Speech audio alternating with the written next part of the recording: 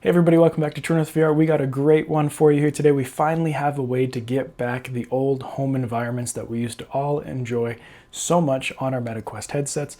A huge shout out first to xAstroBoy for figuring this out, all the time he put into it, and sharing this with us so that we can enjoy it as well. A couple of things before we get started. You do need a computer, a Mac, a Windows, a Linux. I'm going to show you the process here on Windows. I will link below where there are written steps for a Mac and a Linux if that is what you have.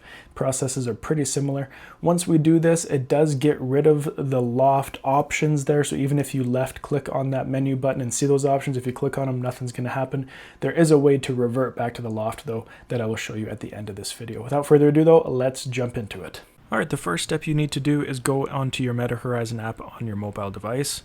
Go to Devices, make sure that your Quest is connected. Click on your device, scroll down to Headset Settings, go to Developer Mode, and simply enable that right there. Once you have developer mode enabled, you need to download the binary and download Google Platform Tools. To download the binary, click on the link in the description below. It's going to take you to the Quest Home Editor. Scroll down to the download section and click on Grab a Build from Releases. Make sure you are on the newest version. So as of posting this video, 0.10.20 is the newest. I'm going to scroll down and click on this to download it. That is downloaded there. Now I'm going to go to and search Google Platform Tools download. Here is the one we need to click on. Scroll down here and click on the one for the system you are using. Scroll down on that, hit agree and download.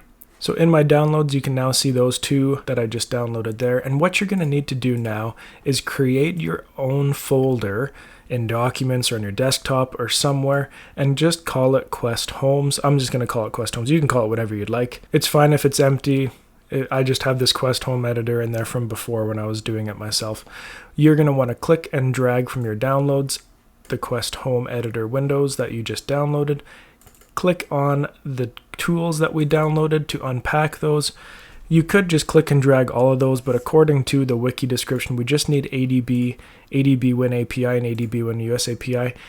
On Google, it also says we could include Fast Boot, so I'm going to drag those over there. And in that description, it does talk about renaming the ADB with a .exe ending and the Fast Boot as well with a .exe ending. According to some tutorials though, you don't need to change those to .exe ending, so you could try it without first to see if it works. For me, I did need to do that.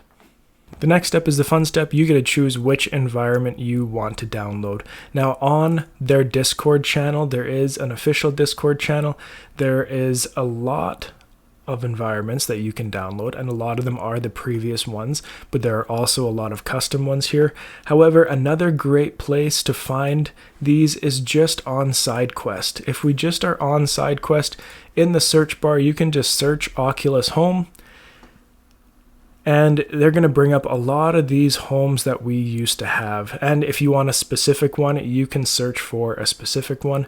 Here we have the dome, here we have the desert. The key thing that you need to do here is scroll down. Don't hit sideload now. Scroll down to where it says download. Hit the download button. You're going to see now in our downloads folder an APK file. Take that APK file and drag it into that Quest Homes folder that we just had there. I'm also going to download the dome one here. So I've got two different options that I'm going to be going through to show you here right now. Next, you're going to plug your Quest into your computer. Make sure you get the prompt to allow USB debugging for the first time. You can hit allow or hit always allow on this computer. Then you're going to open up this application, the Quest Home Editor. And this is what you are going to see. Hit more and run anyway if that prompts you to do that. It brings up this program right here. What you need to do is whichever environment you are hoping to install, click and drag that APK file into the Quest Home Editor, and now you can see here it has brought it up, and you can click around, see what it's going to look like for you right there. So on my Quest, you can see that I have the desert one right now. Once I have this APK loaded into here, I'm now going to go over to Cook, scroll down to Cook Sign Install. Let that do its thing. You're going to see this little warning here. That's okay. And there we go. We have the new environment right here, and we can use it, which is awesome. Now, if it didn't work for you, it didn't work for me the first time, what I was actually seeing was still the outer layers of the Loft version, the previous version with no floor or anything. It wasn't giving me any pieces of the new environment. So what I needed to do to fix this, thanks to Mystical for posting this on his video, I needed to go over to the Quest Homes folder that I had, and I needed to open up my terminal window. Once I had that open up, for some of you, you might just be able to type ADB devices. For me, that doesn't work. I needed to type in period, a /adb.exe, and then devices. And you can see it's showing that my Quest is attached. Then I needed to do a period, /adb.exe, and shell. This is now taking me inside of the Quest. And then the command that you need to type in here, I will copy and paste it into the description. Just give me a second, I'm going to type it in here. And when I hit run or enter, that's going to bring up this hidden menu inside of the Quest settings. Shows the environment, shows test environment and Loft. All you need to do is reselect the Loft. Now it might bring up the new environment for you right away. If it doesn't, don't worry, it didn't for me right away. I needed to go back in to the home editor, recook it, and as soon as I did that, then it brought up the new environment for me. I don't know why that is the fix, but since then I haven't had to do it again, and all the new environments have been working for me. Some people have come across an issue with a few of the environments, especially the custom ones, where you keep falling through the floor. If that is happening, go to the cook option there, uncheck the auto floor collision, go to your physics tab, and find up here which one of these has the floor, or if you need to select multiple of them, you can. Another way that you can find the floor instead of going through all of these is just by clicking on here, and it will highlight the area that you are clicking on. Once you've done that, hit the smart walkable faces of the scene and then recook and you'll be good to go. I haven't had any issues with the traditional environments, but you might have some issues with custom environments. Whenever you're ready for a new environment, just make sure that you have it downloaded, and in your new folder there, open up your application there again, click and drag the new environment there.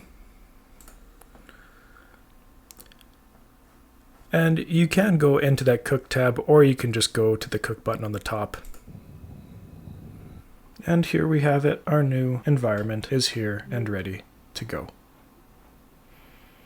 Now real quick, I did want to show you with movements for this. I'm just going to show you with the hand tracking here. You can move around just like we normally would. And I'm actually able to move in places where you weren't able to move before, which is kind of cool. So it does very good spatial recognition for different objects that are on here, so that you can actually like sit or climb on top of things. And so it does a better job than what the previous environments were able to do with this new mesh mechanism that they have here. Another thing I want to point out, in the Quest Home Editor, you're actually able to customize these home environments. If you go over to the scene option and scroll down, you can add a spawn point. So maybe you don't want to spawn where it normally does. You can add that, and then you can click and drag that to where you want that spawn point to go. You can also add chairs, box colliders, walls, all that sort of stuff to really make these more how you would like them to be. So to get the original Loft back, you need to go to Cook, scroll down here. If it was the last one that you had, then you can just click on Restore Original Home 2025. That will take you to the previous one that you had. If you've been using multiple though, you do need to uninstall Home 2025, and then that will kick in for your Quest to re-download the Loft, and then it'll set it back up there for you, as you can see here. So I hope you enjoyed it. I hope it's working for you. If it's not, please let me know in the comments below, or go onto the Discord as well, because there is a lot of good help on there. If it is working for you, let me know which home environment you have installed first, which one is your favorite, which one you suggest to other users to check out as well. I'm so glad that this is working for us. I hope it continues to work in future versions and updates as well. Thanks for watching this one. Hit that subscribe button. We'll see you next time on True North VR.